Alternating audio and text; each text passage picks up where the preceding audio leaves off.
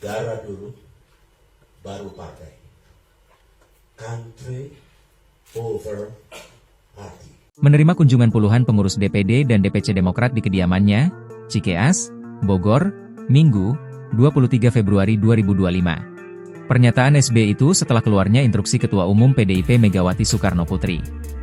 Ketua Umum PDIP Megawati Soekarno Putri menginstruksikan kepala daerah dari PDIP untuk menunda mengikuti retreat di Akademi Militer yang dimulai pada Jumat, 21 Februari 2025, kemarin.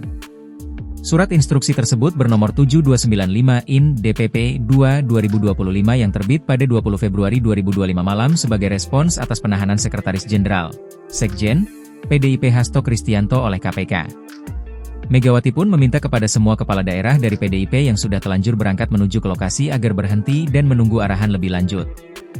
Belakangan, sinyal para kader PDIP yang hendak bergabung dalam acara retreat semakin kuat setelah pengurus DPP PDIP Pramono Anung, yang juga Gubernur DKI Jakarta, bertolak ke Magelang, Sabtu, 22 Februari 2025.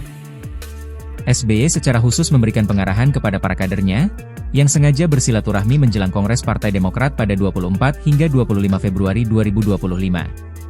SBY pun mengingatkan agar seluruh kader Demokrat mengutamakan perjuangan untuk rakyat dan negara, yang harus di atas kepentingan partai.